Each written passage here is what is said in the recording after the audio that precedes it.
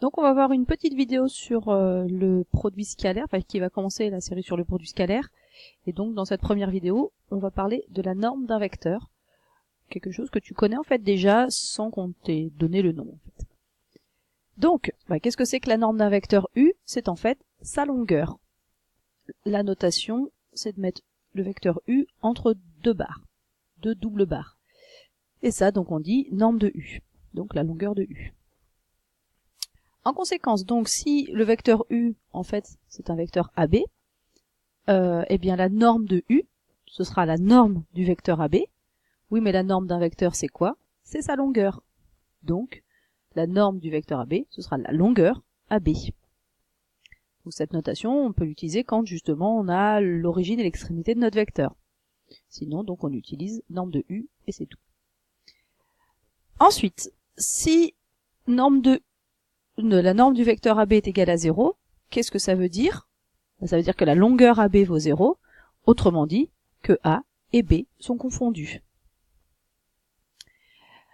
Une dernière petite chose sur la norme, c'est au niveau des calculs, comment ça se fonctionne?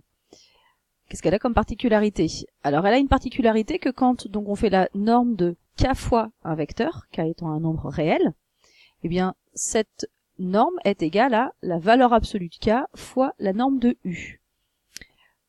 On comprend assez facilement pourquoi. On sait de toute manière que la norme d'un vecteur c'est une longueur, autrement dit c'est un nombre qui est positif. Ça veut déjà dire que du côté droit de l'égalité, il faut aussi que le nombre soit positif.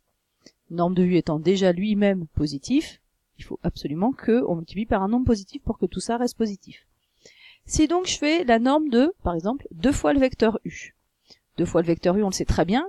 Qu'est-ce qu'il a comme particularité? Il a la même direction que U, il a le même sens que U, et il est 2 fois plus grand. Oui, mais moi je regarde que la longueur, donc je vais simplement dire qu'il est 2 fois plus grand que le vecteur U. Donc, la norme de 2 fois U, ce sera bien 2 fois la norme de U, c'est 2 fois la longueur du vecteur U. Et 2, c'est bien valeur absolue de 2. Si je fais la même chose avec moins 5 fois le vecteur U, alors même chose, le vecteur moins 5 fois le vecteur U, il a la même direction que U, il n'a pas le même sens que U parce qu'on multiplie par un nombre négatif, mais il est 5 fois plus grand. Et moi, comme je regarde que la longueur, je vais simplement dire que moins 5 fois vecteur U a une longueur qui est égale à 5 fois le vecteur U. Et on remarque que 5, c'est bien la valeur absolue de moins 5. Donc à chaque fois qu'on multiplie par un nombre négatif, donc on va en prendre sa valeur absolue, qui deviendra donc un nombre positif.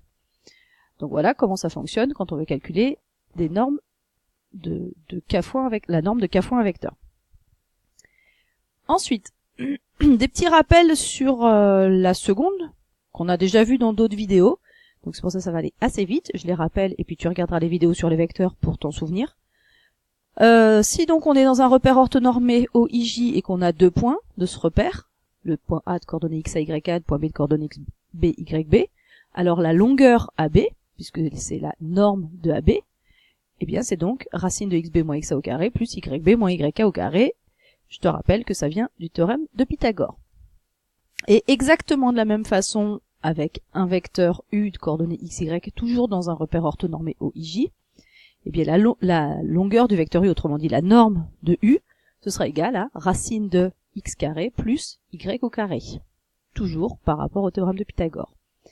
Donc voilà ce que tu as à savoir sur les normes de vecteurs. Et donc ça, on va s'en servir, nous, dans les prochaines vidéos sur les produits scalaires.